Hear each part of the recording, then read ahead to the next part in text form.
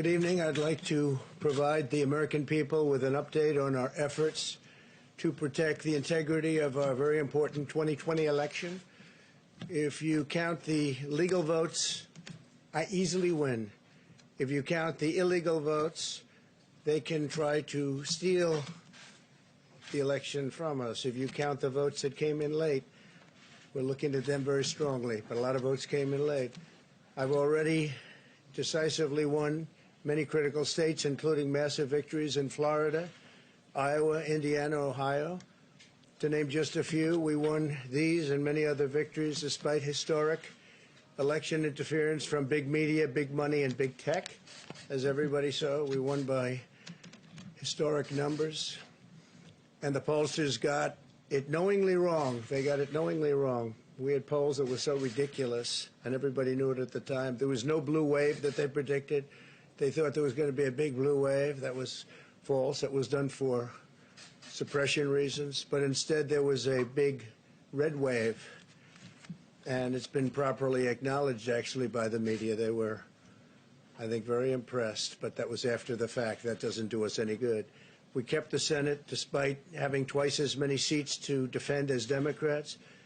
And in a really much more competitive states, we did a fantastic job with the Senate. I think we're very proud of what's happened there. We had many more seats to defend. They spent almost $200 million on Senate races in South Carolina and Kentucky alone, 2 races, and hundreds of millions of dollars overall against us.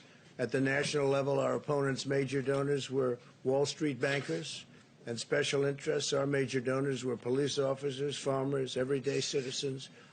Yet for the first time ever, we lost 0 races in the House.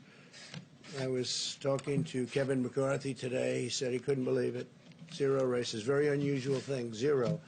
And actually won many new seats with, I think, many more on the way. This was also the year of the Republican woman. More Republican women were elected to Congress than ever before. That's a great achievement. I won the largest share of non-white voters of any Republican in 60 years, including historic numbers of Latino, African American, Asian American, and Native American voters, the largest ever in our history. We grew our party by 4 million voters, the greatest turnout in Republican Party history. Democrats are the party of the big donors, the big media, the big tech, it seems, and Republicans have become the party of the American worker, and that's what's happened. And we're also, I believe, the party of inclusion. As everyone now recognizes, media polling was election interference in the truest sense of that word by powerful special interests. These really phony polls, I have to call them phony polls, fake polls, were designed to keep our voters at home, create the illusion of momentum for Mr. Biden, and diminish Republicans' ability to raise funds. They were what's called suppression polls. Everyone knows that now. And it's never been used to the extent that it's been used on this last election.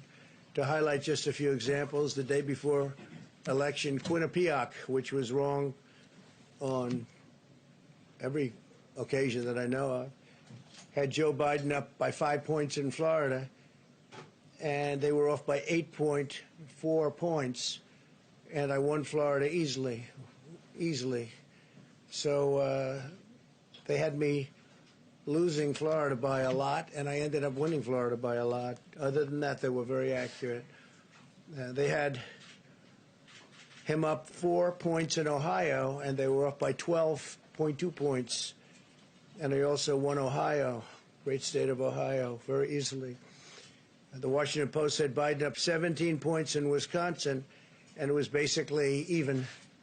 They were off by about 17 points. And they knew that. They're not stupid people. They knew that. Suppression. There are now only a few states yet to be decided in the presidential race. The voting apparatus of those states are run in all cases by Democrats. We were winning in all the key locations by a lot, actually.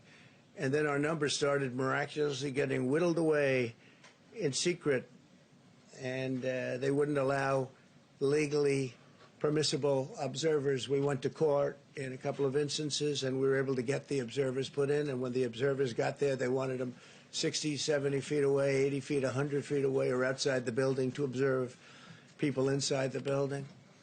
And we won a case, a big case, and we have others happening. There are lots of litigation, even beyond our litigation. There's tremendous amount of litigation generally because of how unfair this process was. And I predicted that. I've been talking about mail-in voting for a long time. It's really destroyed our system. It's a corrupt system, and it makes people corrupt even if they aren't by nature. But they become corrupt. It's too easy. They want to find out how many votes they need, and then they seem to be able to find them. They wait, and then they find them. And you see that on election night. We were ahead in vote in North Carolina by a lot, tremendous number of votes. And we're still ahead by a lot, but